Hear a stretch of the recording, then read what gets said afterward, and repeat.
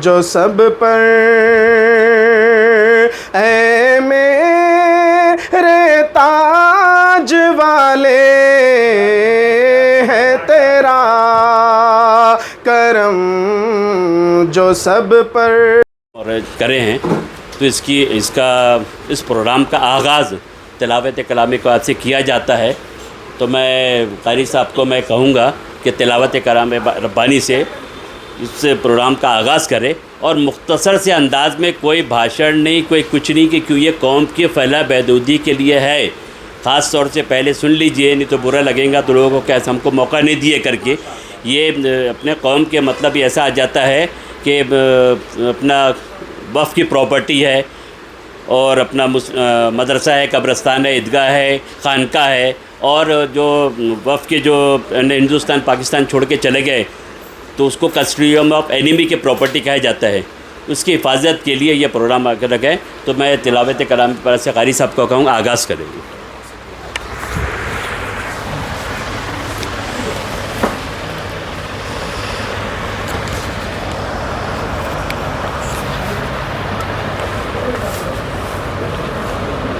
अऊज़ु बिल्लाहि मिनश शैतानिर रजीम।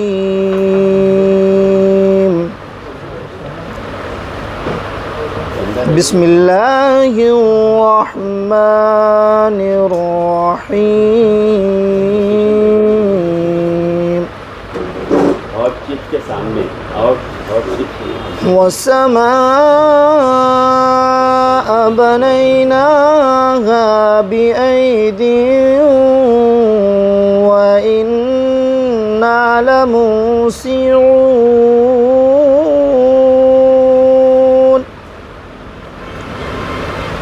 वल्अर्द फरशनाहा फनिअमल माहिदून।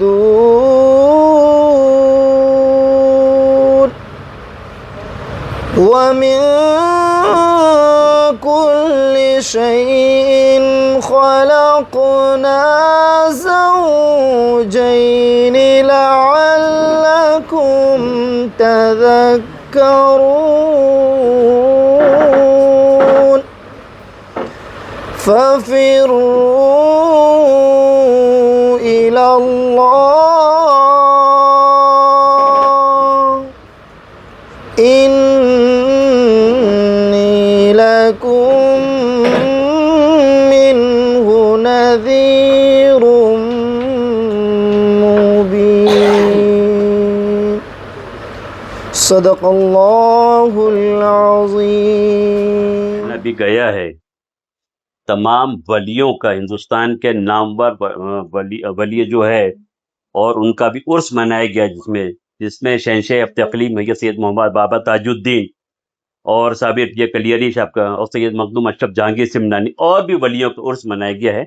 हमने उसी के मद्देनज़र मौक़िफ़ रखते हुए ये कौम की फलाह बहबूदी के लिए एक छोटा सा जो अपना ऑल इंडिया उलमा मुतवल्लिदीन का प्रोग्राम रखे हैं। तो आप लोगों से मेरी आजिज़ाना मुद्दबाना गुजारिश है कि ये प्रोग्राम को सिस्टम से देखें और अदब तहजीब से सुने, क्योंकि देखो राजनीति प्रोग्राम तो एक अलग हो जाता है, ये दीनी प्रोग्राम मान के चलिए। तो मैं नात खां के लिए मैं कहूँगा कि हाफिज़ अलीमुद्दीन साहब खड़े हो और अपना नफ़्स दुरूद पाक पढ़ें। अल्लाहु रब्बु मुहम्मदिन सल्लल्लाहु अलैहि वसल्लम नहनु इबादु मुहम्मदिन सल्लल्लाहु अलैहि वसल्लम सलातु व सलामुन अलैका या रसूल अल्लाह या हबीब अल्लाह सल्लल्लाहु तआला अलैहि वसल्लम। मनक़बत तारिकुस सल्तनत क़ुदवतुल कुबरा महबूब यज़दानी हुज़ूर सैयदना मखदूम अशरफ जहांगीर समनानी की बारगाह में चंद शेर पेश करता हूँ, समाअत करें कि हुब्बे नबी का जाम पिलाया सिमना के शहजादे ने, सिमना के शहजादे ने। हुब्बे नबी का जाम पिलाया सिमना के शहजादे ने, सिमना के शहजादे ने।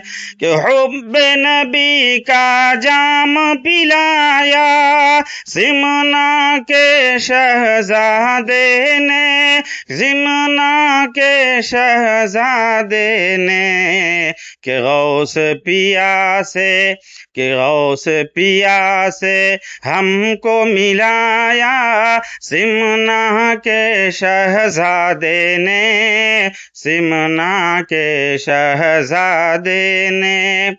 और कोई मुहद्दिस, कोई मुज़फ्फर, और कोई सरकार कला, और कोई सरकार कला, कि कोई मुहद्दिस, कोई मुज़फ्फर, और कोई सरकार कला, और कोई सरकार कला, कि कैसा कैसा, कि कैसा कैसा फूल खिलाया, सिमना के शहजादे ने, सिमना के शहजादे ने। और सीना की नोक पे कुरान वही सुनाते हैं, और इसी से जान लो कि करबल में जीत किसकी हुई, इसी से जान लो कि करबल में जीत किसकी हुई। यजीद रोता है, शब्बीर मुस्कुराते हैं। आइए हजरात, शहर नागपुर में सनाखानी के समंदर में बैठकर अपनी आवाज़ की कश्ती पर सफ़र करने वाला वो कीमती लहजा, वो आफाकी लहजा, वो इनकलाबी लहजा जिन्हें हम और आप अंदलीब गुलशन रिसालत, तूतिए बाग़ी नबूवत, जनाब कारी रईस चंद का पूरी साहब के नाम से जानते और पहचानते हैं। आइए मैं बग़ैर किसी लम्हे ताख़ीर के मैं माइक पर आवाज़ दूंगा कि आएँ और आक़ाए करीम अलैहिस्सलातु व तस्लीम की बारगाह में खिराज मंजूम पेश करें। भी हो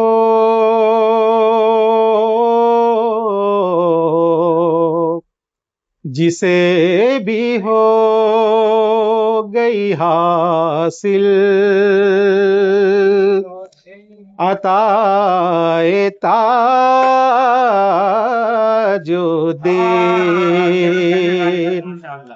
जिसे भी हो गई हासिल, अताए ताजुद्दीन,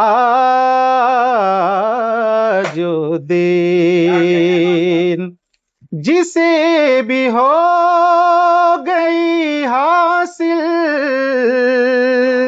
अताए ताजुद्दीन,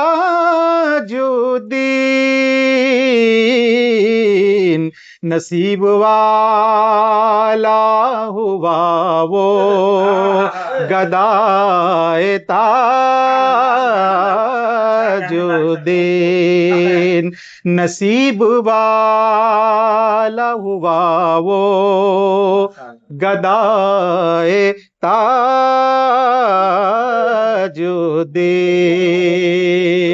और ये शेर मुलाहिजा फरमाएं कि बरोज़े हश्र तुम्हें काम आएगी निस्बत,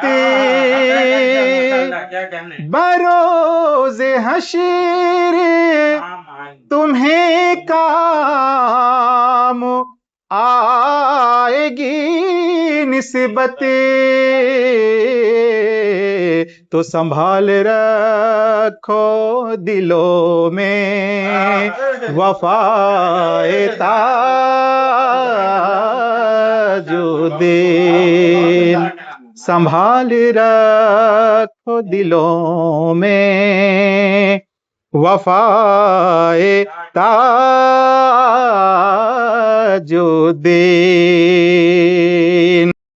लगा लीजिए।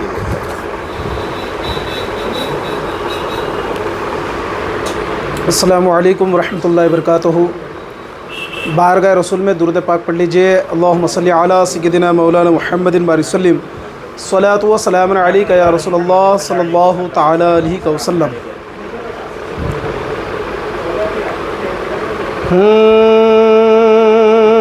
है तेरा, है तेरा करम जो सब पर,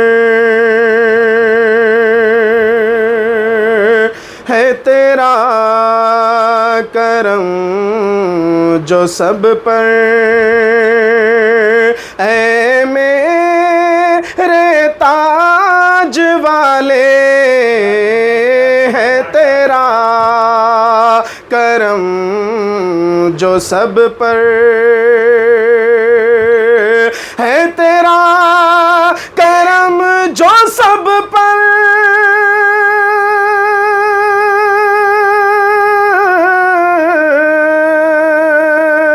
ऐ मेरे ताज वाले नजरे करम हो मुझ पर, नजरे करम हो हम पर, ऐ मेरे ताज वाले है तेरा करम जो सब पर। तेरे दर का हूँ सुआली, मेरी झोली है ये खाली, तेरे दर का हूँ सुआली, तेरे दर का हूँ सुआली,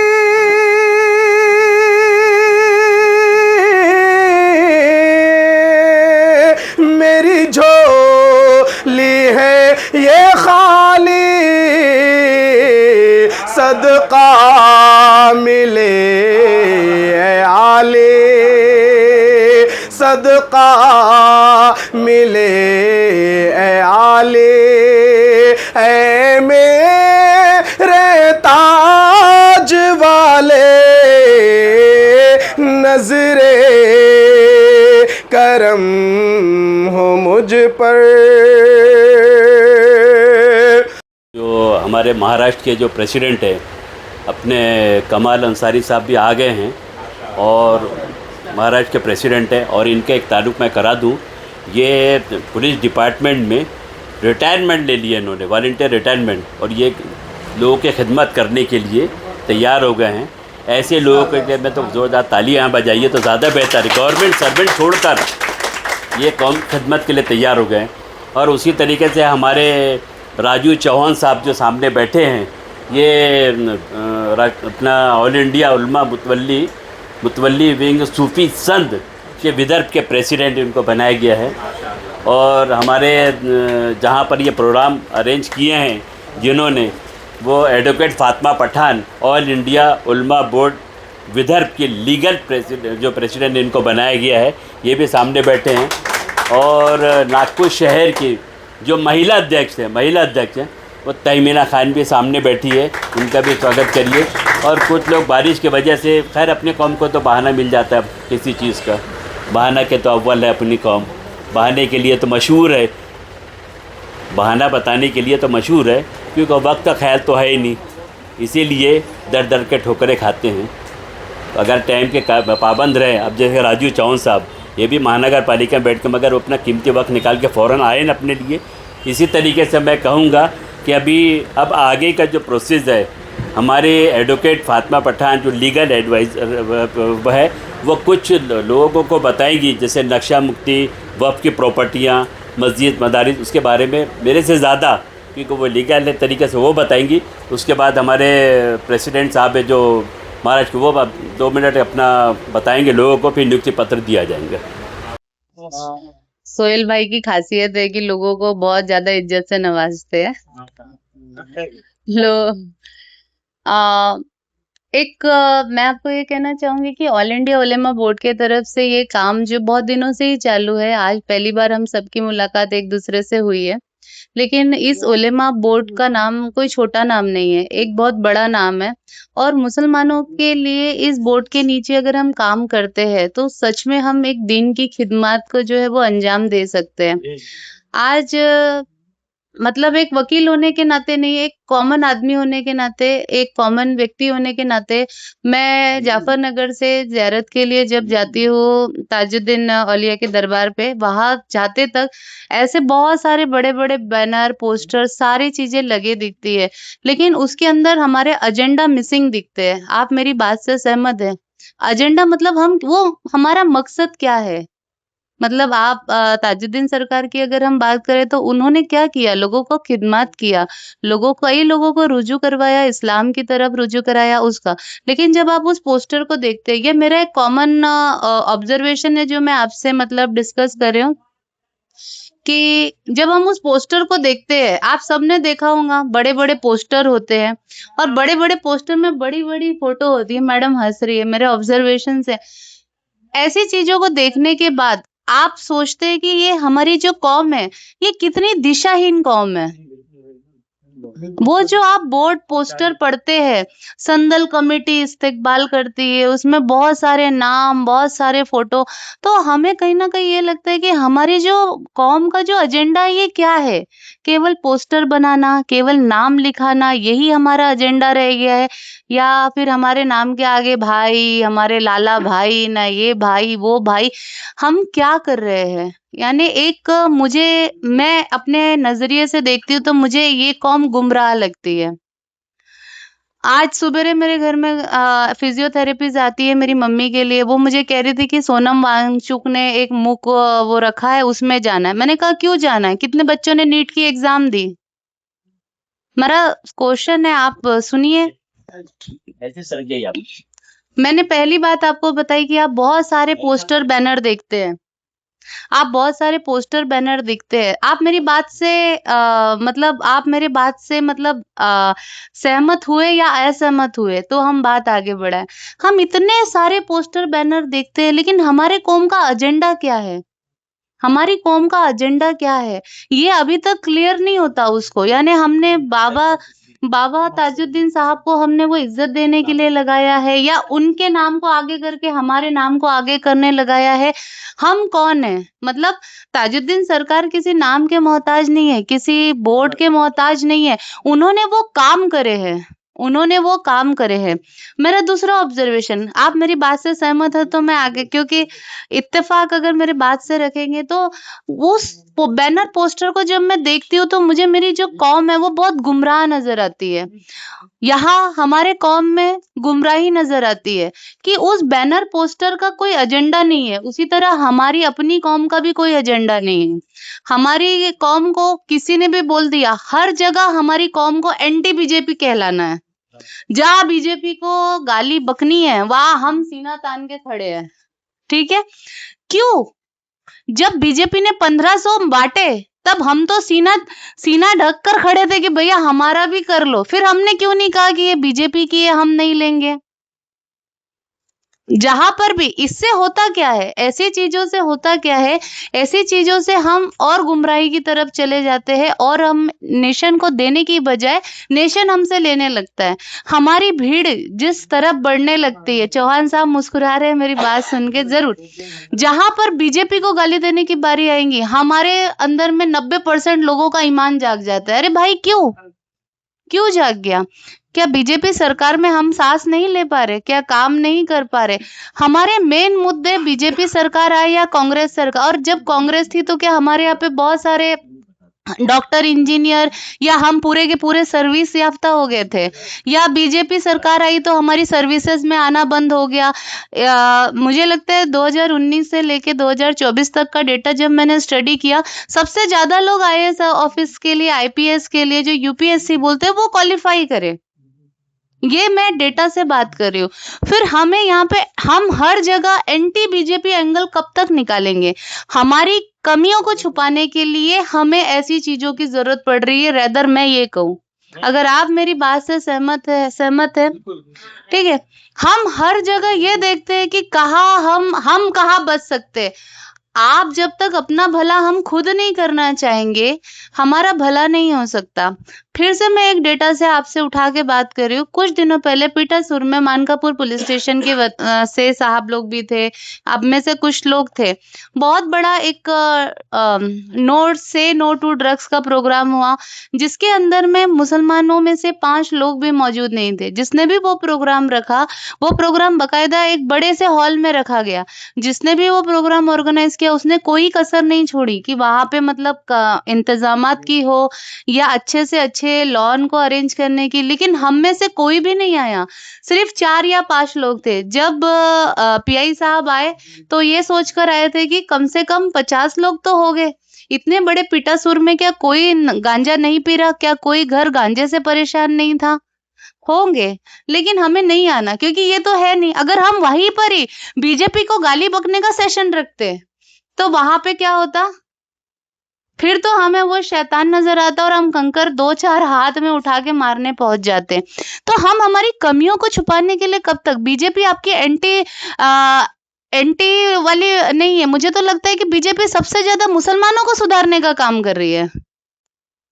अगर आप देखें, मुसलमानों को सुधारने का काम कर रही है। आप बहुत सारी बार देखिए कि बहुत सारे जो चीजें हो रही है, हमें सिखाई जा रही है, आप ऐसे कर रहे थे तो ऐसा हो रहा है, अब आप ऐसे करिए। तो हमारे लिए कहीं ना कहीं जो भी चीज नेगेटिव होती है, हम उसमें से और नेगेटिव की तलाश करते हैं। हमारी कौम पॉजिटिव की तलाश ही नहीं करती। मैं आपको दूसरा डेटा बताऊंगी। हमारी कौम बात ही नहीं करना चाहती गांजे के व्यापारियों के लिए, ड्रग्स के व्यापारियों के लिए। मैं वकील हूँ। जब डग्गे में भर के मुसलमान लोग आते हैं और पता चलता है कि ये खाते हुए पकड़े गए, ये बेचते हुए पकड़े गए, आपको जान के हैरत होंगी कि हमारी पॉपुलेशन ज्यादा है। कुछ दिनों पहले मैं जेल गई किसी काम से। कुछ दिनों पहले मैं काम से जेल गई। मैंने देखा काफी सारी नकाबपोश महिलाएं वहां बैठी है, बच्चे खेल रहे हैं। मैंने कहा आप बच्चों को क्यों लेके आए? बोले उनके अब्बा अंदर है ना, उनके भाई। अरे तो अब्बा और भाई अंदर है तो ये पिकनिक स्पॉट है क्या? ये हमारा सिविल सेंस है, ये हमारा सिविक सेंस है। जो बच्चा अभी स्कूल जा रहा है, जिसे जेल के मायने भी नहीं पता, वो बच्चा जेल के प्रीमाइसेस में आराम से घूम रहा है और उसके लिए उसके दोस्तों में ये गर्व की बात हो रही है कि मेरे अब्बा तो अंदर है और मेरे मम्मा तो अंदर है। ठीक है, तो this is the thing and this is a real thing. आपको शर्म आ जाएगी। कभी आप मेरे बताए हुए पे नहीं, 8 बजे से मुलाकात शुरू होती है, दिन भर जाइएगा, मेरा बताया हुआ ऑब्जर्वेशन देखिएगा। आप बोलोगे नहीं फातिमा मैडम जो कह रही थी ना वो सही है। बीजेपी की कोई स्कीम आने दो ना जहाँ पे आपको फ्री में कुछ मिल रहा है। वहां हमारी पॉपुलेशन देखो आप। अभी एसआईआर आ रहा है, हर बूथ पे मुस्लिम्स आर मोर। सब बूथ पे पूरे डॉक्यूमेंट नक्की करके लाना है। अब्बा तुम काम पे लग जाओ। जो एजेड अब्बा है घर पे, वो सब काम पे लगे हुए है। बहू बेटों के सबके वो ले जा के बेचारे वो काम करवा रहे हैं। ठीक है, हमारा ये राशन कार्ड सबसे ज्यादा किसके पास है? अपनी कौम के हो। यानी आप ये सोचो कि हमारी जो कौम है वो एजुकेटेड है, बहुत ज्यादा एजुकेटेड है। नागपुर की भाषा में बोलते हैं शाइनी है। हमारी जो पॉपुलेशन है वो 1 नंबर शाइनी है। उसको पता है कि कौन से डॉक्यूमेंट बनाने हैं, बराबर वो सारे डॉक्यूमेंट उसके पास मिलेंगे। कौन से स्कीम में नाम डालना है वो सारे चीजें मिलेंगी। लेकिन एक चीज समझ में क्यों नहीं आ रही कि जब तक हम एजुकेशन पे काम नहीं करेंगे, जब तक हम ये कितने दिन तक चलता रहेगा। अब्दुल पंचर बनाता है। ये जो चीजें आई है, अब्दुल तो पुलिस में भी है, अभी आपने देखा साहब पुलिस में भी है, मैं वकील भी हूँ। तो क्या सिर्फ अब्दुल पंचर बना रहा है? नहीं, अब्दुल सिर्फ पंचर तो नहीं बना रहा। हमारा कहाँ पर हमारे यहाँ पे इस्लाम में इतनी सारी चीजें हैं। हमारे यहाँ पे ज़कात का फंडा है। हमारा ज़कात कहाँ जाता है वो एक अलग विषय है, कौन किसको देता है वो अलग विषय है। लेकिन हमारी जो इकोनॉमी है, हम लोग डेली वाले, हम कोई गवर्नमेंट के ऊपर पलने वाले लोग नहीं है। हम अपनी मेहनत करते हैं, तिजारत आप हुजूर सल्लल्लाहु अलैहि वसल्लम के बताए हुए रास्ते पे चलते हैं और हम सब तिजारत में लगे रहते हैं। सुबह कमाए, शाम को डाव डाले और रात को सो गए, है ना। मेरी बात को बुरा मत मानिएगा, 90% यही चीज चल रहा है। लोग कहते हैं मुसलमान का सौदा 9 के 14, दिन भर लगे हैं मुसलमान लोग कि कहाँ से क्या डाव फिट करना है। क्यों? क्योंकि हमारे यहाँ पे स्टडी बिजनेस की बात कोई नहीं करता। हमारे यहाँ नए स्टार्टअप की कमी है, हमारे यहाँ पे एजुकेशन की कमी है, हमारे यहाँ हर चीज की कमी है। लेकिन हमारे यहाँ पर अक्ल भरपूर है, अक्ल भरपूर है। आज हम सब इतने सारे लोग हुए, हो सकता है हम सब एक जैसे दिमाग रखते हो, एक जैसा सोचते हो। आज एक बोर्ड के तहत, आज एक छत के तहत, ये उलेमा, ऑल इंडिया उलेमा बोर्ड जो है, ये एक छत है, बड़ा सा एक छाता है। इस छाते के नीचे हम सब लोग खड़े हैं। यहाँ पे हम लोग खड़े हैं, इसका मतलब है कि कुछ अच्छी चीज हम सोसाइटी के लिए कर सकते हैं।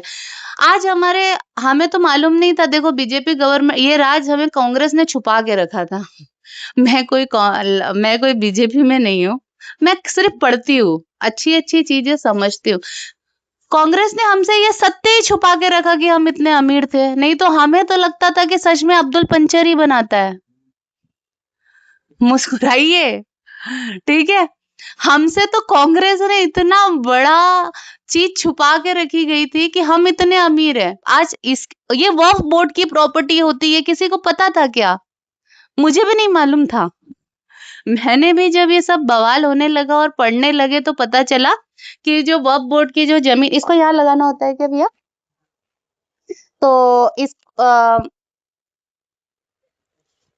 कैसे लगेगा? आप डालें नहीं लग रहा।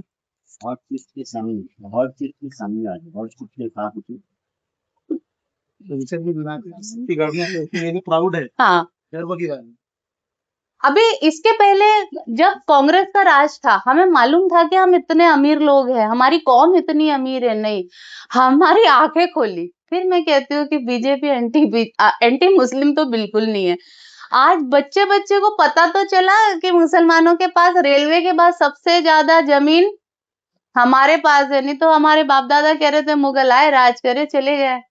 नहीं गए कहीं, यही छोड़ गए सब। किसके लिए छोड़े थे?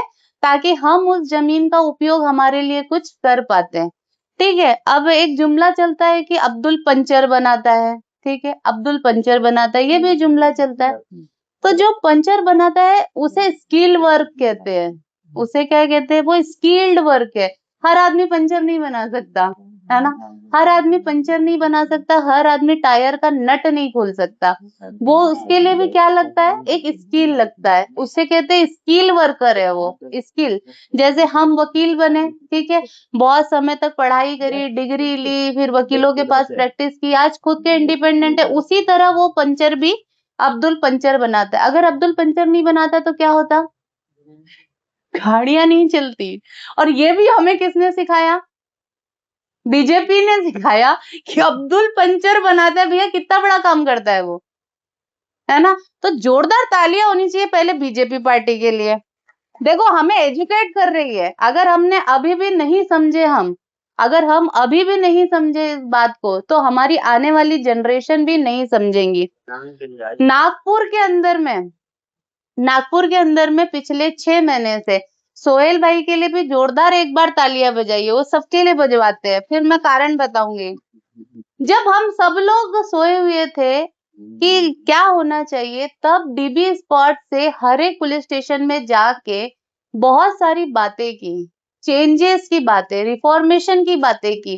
तो ये पूरे मतलब ऑल ओवर नागपुर के अंदर करे। उस समय यहाँ पे जो कमिश्नर थे, वो एक ड्रग्स के लिए थंडर करके एक कैंपेनिंग चला रहे थे कि जो भी ड्रग्स वाले, उन्हें छोड़ा नहीं जाएगा, नकेल कसा जाएगा। क्योंकि आप सोचिए, एक 15 साल का बच्चा, हमारे यहाँ पे आप आमतौर पे देखते हो, देखो मैं वकील हूँ, मैं बातें तथ्यों से करूंगी, जो हमारे मैटर हमारे ऑफिस में आते हैं उनका डेटा स्टडी करके करूंगी।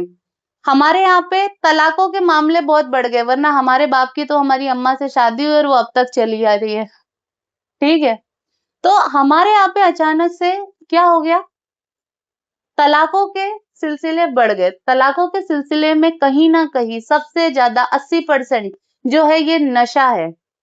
एक आदमी जो 15 साल की उम्र से नशा कर रहा है, 20-22 साल में जाके उसकी शादी होगी, तो उसका जो लाइफ होगा, शादीशुदा जो जिंदगी होगी, कहीं ना कहीं वो इम्पैक्ट करेगी। अब उसको नशा करना, इसीलिए वो रात भर घर से गोल रहेगा। जब उसका नशा वशा सब होगा, वो घर पर आएगा। तो ये जो शादी के जो सिस्टम है, ये चलेंगे कैसे? ये शादी के सिस्टम चलेंगे कैसे, और उस पे भी सास ने कहा कि तुझे एडजस्ट करना है, तो फिर चलेगा कैसे? तो वो वहां काम करने तो नहीं गई है औरत, वहां वो काम करने नहीं गई है। पहली बात, ये नशा हमें किस हद तक ये कर रहा है? एक नशेड़ी अगर किसी के घर के अंदर में है,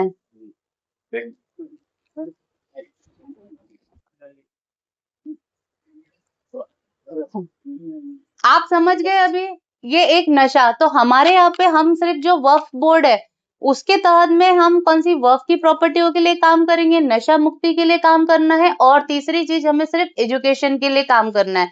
बस हमारे ये जो 3 एजेंडा है हमें इसे छोड़ना नहीं है। पहला हमारी वक्फ की प्रॉपर्टी की जिम्मेदारी है। हमें ये जो ऑल इंडिया उलेमा बोर्ड काम कर रहा है, हम वक्फ की हिफाजत करनी है। वक्फ बोर्ड की जो जमीनें हैं उसकी हिफाजत करनी है। उसके लिए भी हम डिफरेंट सेशन लेंगे जहाँ पे इसके बारे में बात करेंगे। दूसरी चीज, नशे के ऊपर हमें काम करना है, और तीसरी चीज हमें एजुकेशन के ऊपर काम करना है। अब हमें डॉक्टर इंजीनियर ही नहीं बनाने हैं, हमें क्या बनाने हैं? अब्दुल भी बनाने हैं, स्किल वर्कर भी तैयार करने हैं। समझ में आ रहा है आपको? मतलब स्किल वर्कर भी क्या है? एजुकेटेड होता है। स्किल वर्कर भी क्या होता है? एजुकेटेड होता है, लेकिन उसको उसका सम्मान मिलना चाहिए। समझ में आ रहा है? तो ये हमारा ये 3 चीज है। बस मैं यही अपने शब्द खत्म करती हूँ। और अगर यही उलमाए कराम, अगर मैदान में बुरा लगेगा तो माफी चाहूंगा, 2 रोटी ज्यादा खा लेना, यही मैं उलमाए कराम अगर आवाज दे दे, आवाम आपके पीछे तैयार है। इसीलिए आपसे मेरे आजिजाना मुअद्दबाना गुजारिश है कि नशा मुक्ति, एजुकेशन, वक्फ की प्रॉपर्टी पे जोर दीजिए, ना कि मदरसा खोल के अपना नारे तकबीर ये करने से बेहतर है ये कौम की खिदमत कैसे होना चाहिए वैसा करने का सोचिए। मेरी बात अगर बुरी लग रही होंगी हजरत, तो इसलिए मैं माजरत कह रहा हूँ। क्यों कि इसमें नागपुर शहर के जय्यद उलमाए कराम बैठे हैं, जिसमें मौलाना तफज्जुल साहब खलीफा हुजूर रईस मिल्लत के भी है, और हाफिज सदरुद्दीन खलीफा हुजूर शेखुल इस्लाम मदनी मियाँ जो आज 15वीं सदी के मुजद्दिद हैं, हुजूर शेखुल इस्लाम मदनी मियाँ, वो सामने पर बैठे हैं। उसके बाद मौलाना हबीब साहब है, हाफिज रईस चनकापुरी है, हाफिज शफीक साहब है, और ये हाफिज अलीमुद्दीन साहब, ये भी आज के दौर के जो मुजद्दिद शेखुल इस्लाम मदनी मियाँ के खलीफा हैं। और बाप के नाम हाकिम के कारी आकिब साहब बैठे हुए हैं।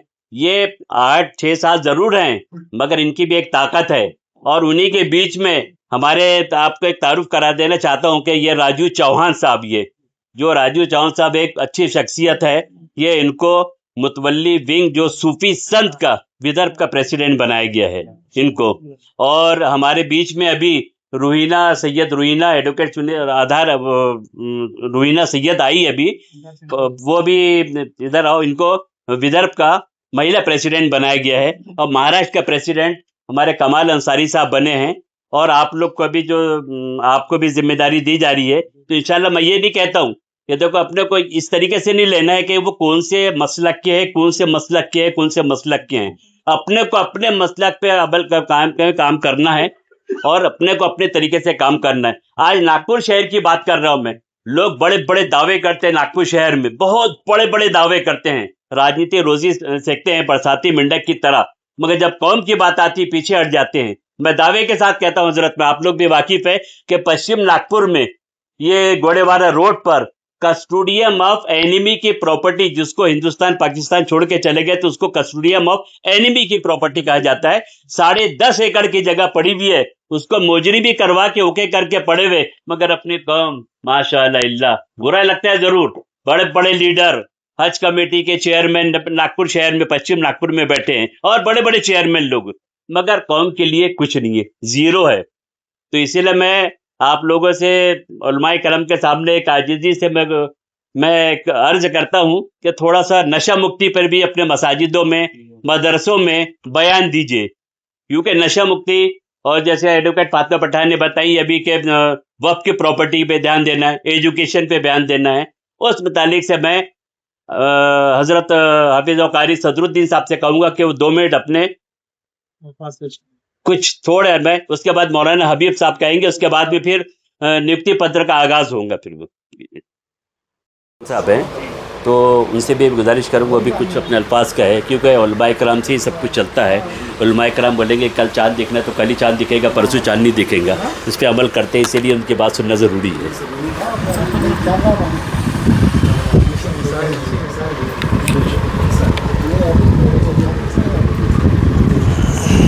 लकल हम्द या अल्लाह। हाजी सुहेल पटेल साहब की दावत पे हम यहाँ हाज़िर हुए और ये बड़ी खुशी की बात है कि इन्होंने कौम की सुधार के लिए ये ज़िम्मेदारी उठाई है और हम सब की और कौम के हर फ़र्द की जो इस लायक है ये ज़िम्मेदारी बनती है कि हम अपने अंदर जितनी ताकत है उस ताकत के एतबार से कौम को राह रास्त पर जो भटके हुए हैं उन्हें राह पर लाना ये हम सब की ज़िम्मेदारी है। न समझोगे तो मिट जाओगे ए हिंदी मुसलमानों, न समझोगे तो मिट जाओगे ए हिंदी मुसलमानों, तुम्हारी दास्तां भी न होगी दास्तानों में। और मिटा दे अपनी हस्ती को अगर कुछ मर्तबा चाहे, मिटा दे अपनी हस्ती को अगर कुछ मर्तबा चाहे, दाना खाक में मिलकर गुले गुलजार बनता है, दाना खाक में मिलकर गुले गुलजार बनता है। हर कौम ये चाहती है कि हम बुलंद रहें, हम हुकूमत करें, हमारी सरपरस्ती में ये सारा माहौल चले, लेकिन चलती उसी की है, रहबरी वही करता है, इक़्तिदार पे वही रहता है जो तालीम याफ्ता रहता है, जिसके पास एजुकेशन रहता है। अभी एडवोकेट साहिबा ने आप लोगों के बड़े अच्छे अंदाज़ में समझाया, मुझे भी उनकी बात जो है कुछ समझ में आई और अच्छा लगा, इसलिए कि आज जो कौम हम पर या जो लोग हम पर राज कर रहे हैं वो जानते हैं कि तालीम क्या है, लेकिन 1400 साल पहले जब पैगंबर इस्लाम सल्लल्लाहु अलैहि वसल्लम पर वही नाजिल हुई तो सबसे पहली वही तालीम के ताल्लुक़ से नाजिल हुई कि इक़रा पढ़ो, यानी तालीम कितनी अहमियत है। ये इबादत के ताल्लुक़ से नाजिल नहीं हुई सबसे पहली आयत, या जो है हज के ताल्लुक़ से नाजिल नहीं हुई, नमाज के ताल्लुक़ से नाजिल नहीं हुई, ज़कात के ताल्लुक़ से नाजिल नहीं हुई, बल्कि अगर सबसे पहले कोई आयत नाजिल हुई, सबसे पहले अल्लाह का कलाम अपने बंदों तक पहुंचा तो वो पढ़ाई के ताल्लुक़ से पहुंचा, तालीम के ताल्लुक़ से पहुंचा। तो इससे पता चलता है कि एजुकेशन सबसे अहम चीज़ है और उसी को हम पीछे छोड़ बैठे हैं। अब अगर हम एजुकेशन हासिल भी कर लें तो हमारे पास सिस्टम नहीं है। सिस्टम आज ये हाजी सुहेल पटेल साहब जो है सिस्टम में लाने की बात कर रहे हैं, सिस्टम बनाने की बात कर रहे हैं, कौम को जो है राह रास्त पर लाने की बात कर रहे हैं। तो ऐसे हर जो है तबक़े में, हर दर्जे में एजुकेशन और उसके साथ साथ सिस्टम अगर हो जाए तो जो है, और ऐसे ही हाजी सुहेल पटेल साहब जैसे कदम उठाए हैं, ऐसे ही हर तबक़े के लोगों को जो है सिस्टम बनाने की कोशिश करना चाहिए और अपना पैगाम लोगों तक पहुंचाने की बात करना चाहिए। इसलिए कि जब तक हम ज़मीर को लोगों के झंझोड़ेंगे नहीं, जब तक, हमें भी क्या मालूम आज ये प्रोग्राम था, एक प्रोग्राम में हाजी साहब मिले और उन्होंने कहा नंबर लिया, ताल्लुकात हुए, ताल्लुकात तो पहले से ही हज़रत से, लेकिन नंबर उन्होंने मुझसे लिए और मुझे दावत दिए। तो हमको जो है कहने का मतलब ये है कि हमको, इंसान तो इंसान होता है कई बदआमालियों में लोग जो है मुब्तला हो जाते हैं। तो नशा मुक्त के ताल्लुक़ से, तालीम के ताल्लुक़ से अगर पीछे हैं, अगर कोई बदआमालियों में मुब्तला हैं, तो उनको बताने की ज़रूरत है। जब हम बताएंगे और उस बदआमाली से हम जो है नफ़रत दिलाएंगे, तो ख़ुद ब खुद लोग जो है अपनी बदआमालियों से तौबा करके राह रास्त पर आएंगे। तो हमको सबसे पहली बात, जो पहली आयत नाजिल हुई इक़रा तालीम के ताल्लुक़ से, हमको तालीम पर ध्यान देना है, और नशा मुक्ति और भी दूसरे आमाल हैं जिस पे हाजी सोहेल साहब बताएंगे। इंशाअल्लाह ये प्रोग्राम बहुत काबिल मुबारकबाद है।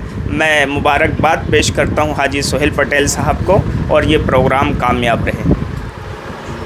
मैं अब कुछ दो शब्द ये कहना चाहेंगे अपने रफ़ीक साहब, मुख्तसर से कहना, ना कि पॉलिटिक्स के ना कुछ करके, मुख्तसर से कहना, बस दो लफ्ज़ मगर पावरफुल बात करना बस।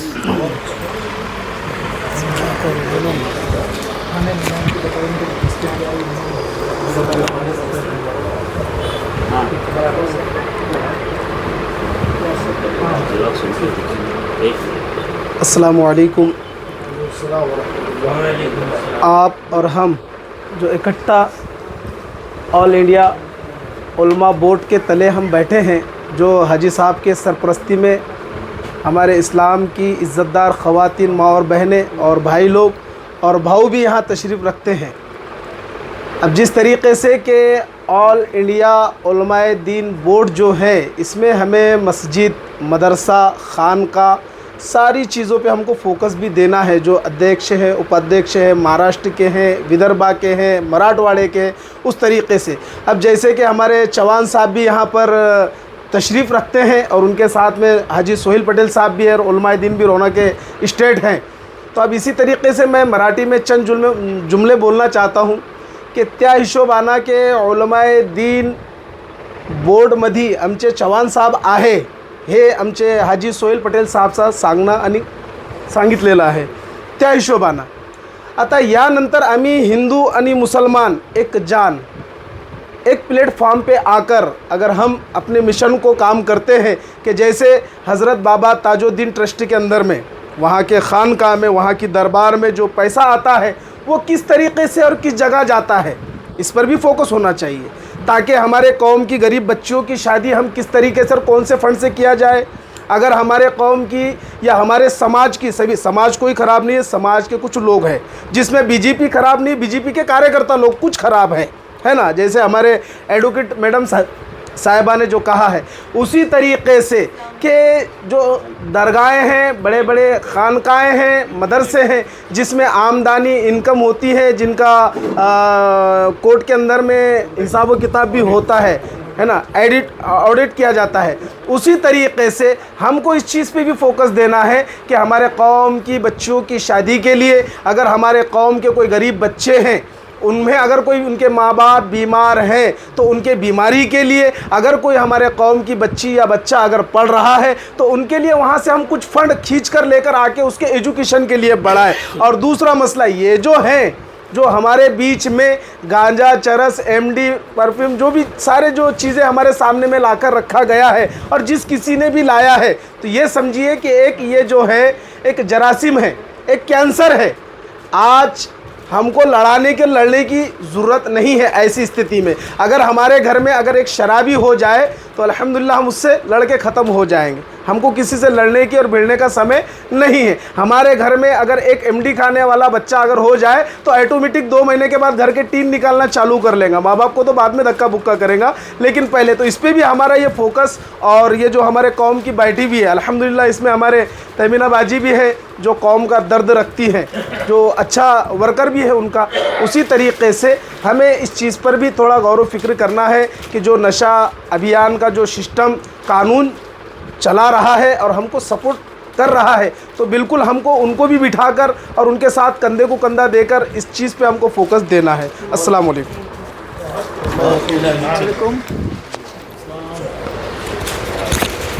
ऐसे लगाओ, हाँ लगा दिया ना। अभी थोड़ी देर पहले कारपोरेशन से मैं जब आया, और दो हमारी महिला, मुस्लिम महिला, जस्ट पानी चालू हो गया था, बारिश चालू हो गई थी, और वो मेरे साथ जो थे चौहान जी, उनको कुछ पूछने लग गए। वो इलेक्शन का एसआईआर का प्रोसीजर, जबकि कारपोरेशन में एसआईआर का प्रोसीजर नहीं होता है। तो मैंने उनको देखा तो वो लड़की को बोला, मैं बोला बेटा क्या है? तो उन्होंने बताया कि हमारा नाम बोले बीएलओ बोल रहे हैं कि कट गया है। मतलब ऐसा कैसा कट गया? आपके पास इलेक्शन कार्ड है? इलेक्शन कार्ड लिया। मतलब बीएलओ का नंबर है आपके पास, ठीक है। बीएलओ को उनके सामने से, जबकि मेरी कोई पहचान नहीं है, ठीक है। बर्थ सर्टिफिकेट के लिए महानगर पालिका के अंदर और बीएलओ में एसआईआर की जो प्रोसीजर है उसके अंदर हमारे इस समाज को ज़्यादा प्रताड़ित किया जा रहा है। इसके तरफ आप सभी का ध्यान होना चाहिए, क्योंकि मैंने वहाँ पर फिर अहमद साहब को फ़ोन लगाया, एसबी अहमद को। मतलब यार अपने मध्य नागपुर के अध्यक्ष है, मध्य नागपुर का प्रकरण है ये, है ना।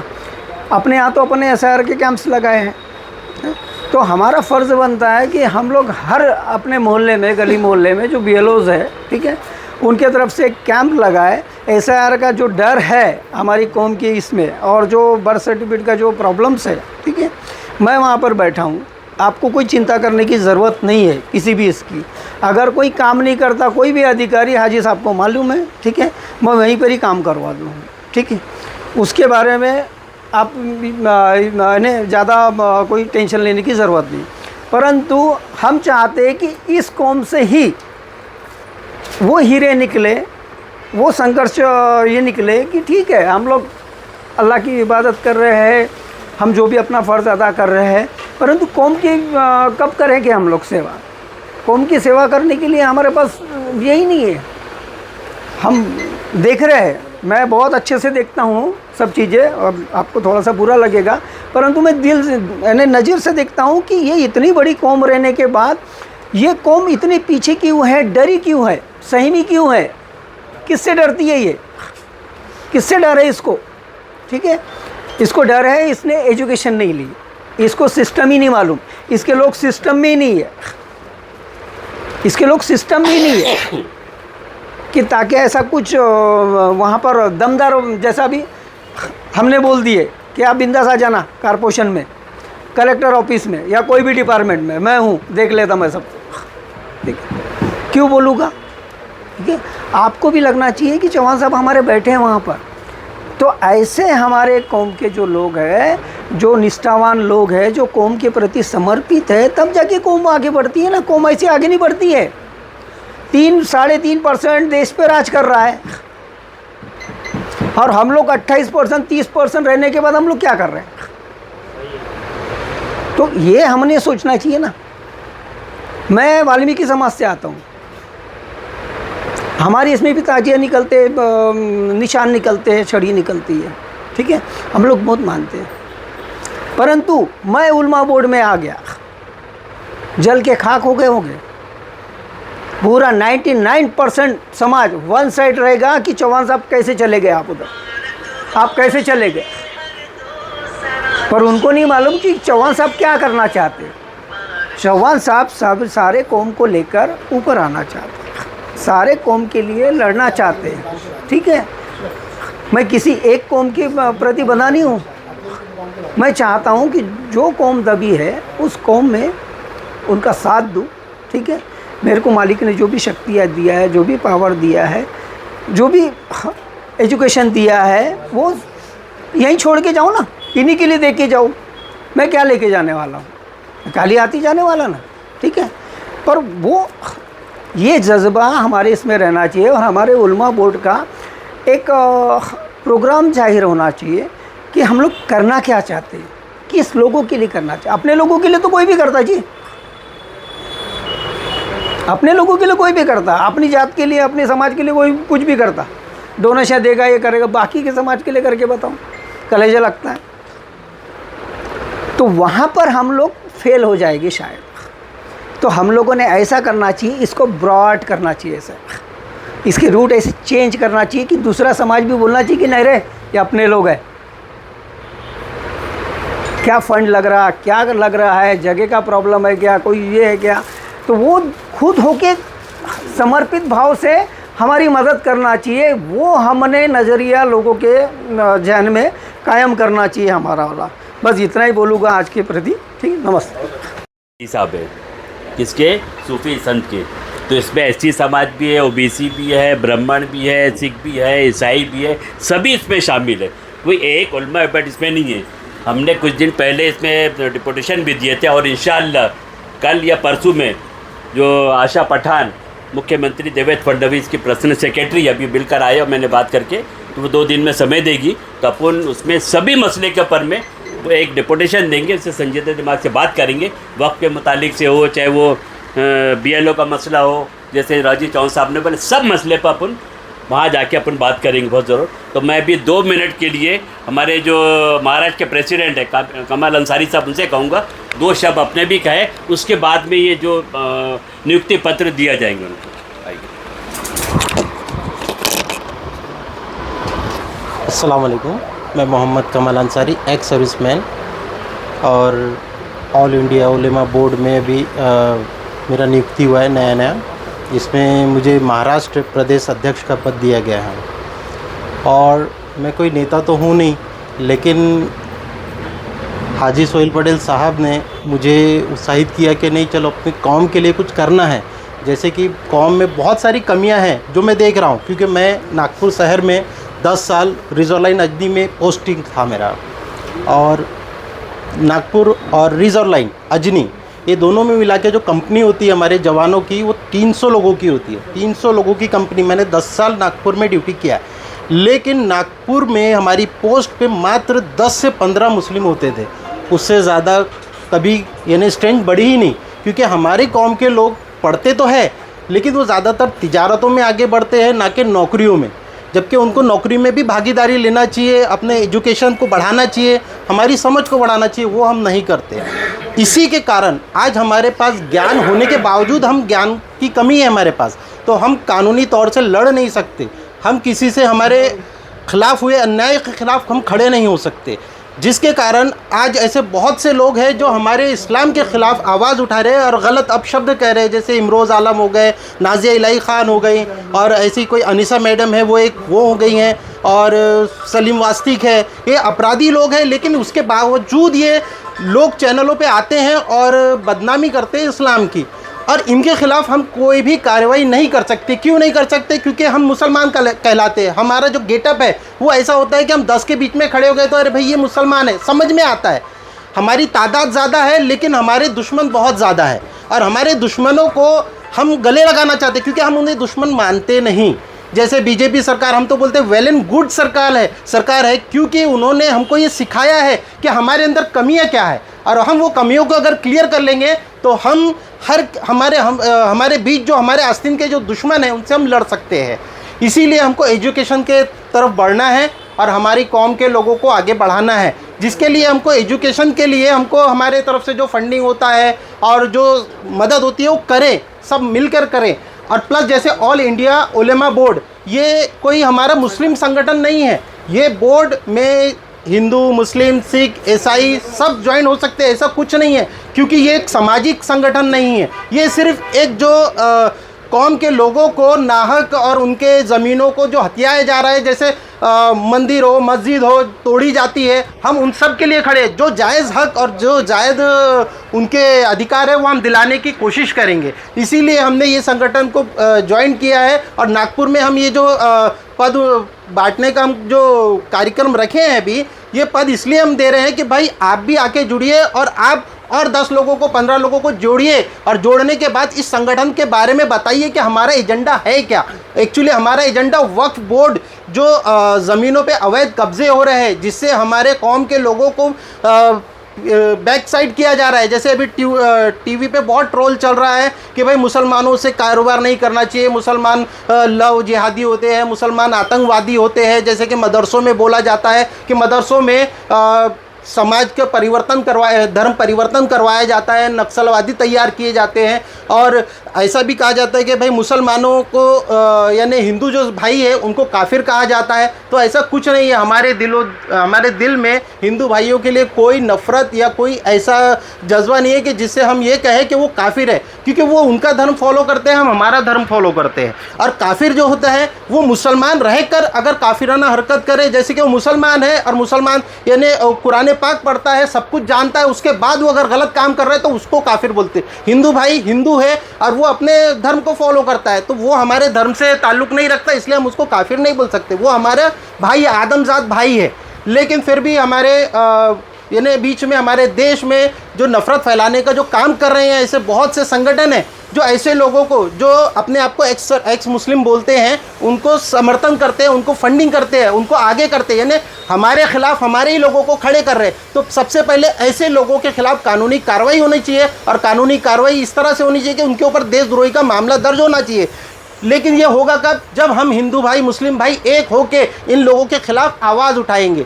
जैसे कि अभी हमारे नबी पाक मोहम्मद सल्लल्लाहु अलैहि वसल्लम के विरुद्ध बहुत सारी अपशब्द कहते हैं, तो हमारा फ़र्ज़ बनता है कि हम पूरे मुसलमान भाई एक होके हमारे पैगंबर बिल लाने की हम कोशिश करें। हम उसके लिए आगे कि भाई हमारे भी नबी पाक मोहम्मद सल्लल्लाहु अलैहि वसल्लम के ख़िलाफ़ कोई भी अपशब्द ना कहे, क्योंकि ऐसा कहने से हम एक के दिल में नफ़रत पैदा नहीं होती, पूरे मुसलमान भाइयों के दिलों में नफ़रत पैदा होती है, और जज्बाती में वो कुछ ना कुछ कदम उठाते हैं। जैसे 17/3/2025 में मोमिनपुरे में एक हादसा हुआ था, जिसमें औरंगज़ेब का पुतला बना के उस पर कलमे की चादर को जलाया गया था। उस समय कई मुसलमान बच्चों को, जो जवान बच्चे थे जिनके ऊपर कोई कानूनी कार्रवाई नहीं थी, कोई केसेस नहीं थे, लेकिन उनको अरेस्ट किया गया था और उनके ऊपर गुंडा एक्ट, बहुत सारे ऐसे धाराएं लगा के उनको अरेस्ट किया। लेकिन विश्व हिंदू परिषद बजरंग दल के लोगों को मात्र आधे घंटे के अंदर छोड़ दिया।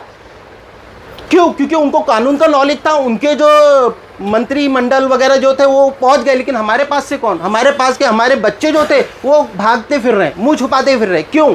क्योंकि कोई आवाज़ उठाने वाला नहीं था। ऐसी कंडीशन में मेरे पास भी एक केस आया था। जब मैं गया तहसील में, वहाँ मैडम से मैंने कहा कि मैम, ये जो आप वीडियोग्राफी में जो आप देख रहे हो और पकड़ रहे हो, तो इसमें ये बच्चा मुल्लविस नहीं है। तो वो कहता भाई मुल्लविस क्या है हमको नहीं पता, तुम जाओ बोले। तो मैंने वहीं उनसे, वो इंस्पेक्टर से कहा कि मैं बोला अगर आप इस यानी टीवी में जो दिख रहा है उसके आधार पे आप पकड़ते हो, तो उसमें जो बच्चा दिख रहा है वो इसके काठी से मैच करता है, लेकिन शक्ल मैच नहीं होती। ये मैंने जब उनसे कहा कि शक्ल मैच नहीं हो रही, तो बोले नहीं, बोली ये कटकाटी बाल है। तो मैं बोला आपके जो इंस्पेक्टर है, वो इंस्पेक्टर जो है ना, वो मेरे घर के पास जो चोरी हुई उसमें भी कटकाटी जो है ना सीसी फुटेज में आया है, वो ऐसी दिख रहा है। तो वो जब इंस्पेक्टर ने सुना कि भाई आप कैसा बोल रहे हो, तो फिर मैंने उनसे अपना तारुफ करवाया कि मैं भी पुलिस विभाग में था और अभी मैं लॉ की पढ़ाई कर रहा हूँ, एज अ 3rd ईयर में मैं हूँ, और मैं प्रैक्टिस भी कर रहा हूँ कोर्ट में एडवोकेट पंकज मस्के साहब के अंडर में। तो कैसा है कि मैं कानून जानना चाहता हूँ और कानून के साथ अपने लोगों की मदद करना चाहता हूँ, इसीलिए क्योंकि मुझे अब पढ़ने की ज़रूरत नहीं है। एज अ मैं रिटायर्ड हूँ, मुझे तो ना पैसे की ज़रूरत है ना कुछ, पेंशन आती है, आराम से मैं अपनी ज़िंदगी गुजर बसर कर सकता हूँ। लेकिन मैं चाहता हूँ कि अपनी कौम के लिए मैं फ्री ऑफ कॉस्ट क्या करूँ, और वो मैं करना चाहता हूँ। और वही मैं जज्बा आप लोगों के बीच में देखना चाहता हूँ कि आप लोग भी आगे आइए और अपने लोगों को आगे बढ़ाइए। और ठीक है, मैं अपने शब्द यही ख़त्म करता हूँ, शुक्रिया। हमारे बीच में जो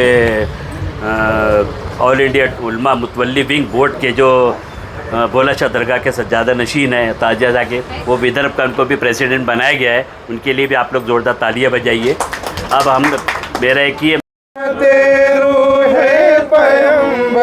एक नजर सरवरा शाह करीमा दस्तगीरा अशरफा सरवरा शाह करीमा दस्तगीरा अशरफा ऐ शहे सिमनान गौसे आलमो पीरे खुदा पीरे खुदा तेरे दर पर तेरा मंगता दस्त बस्ता है खड़ा, दस्त बस्ता है खड़ा। लाज रख ले,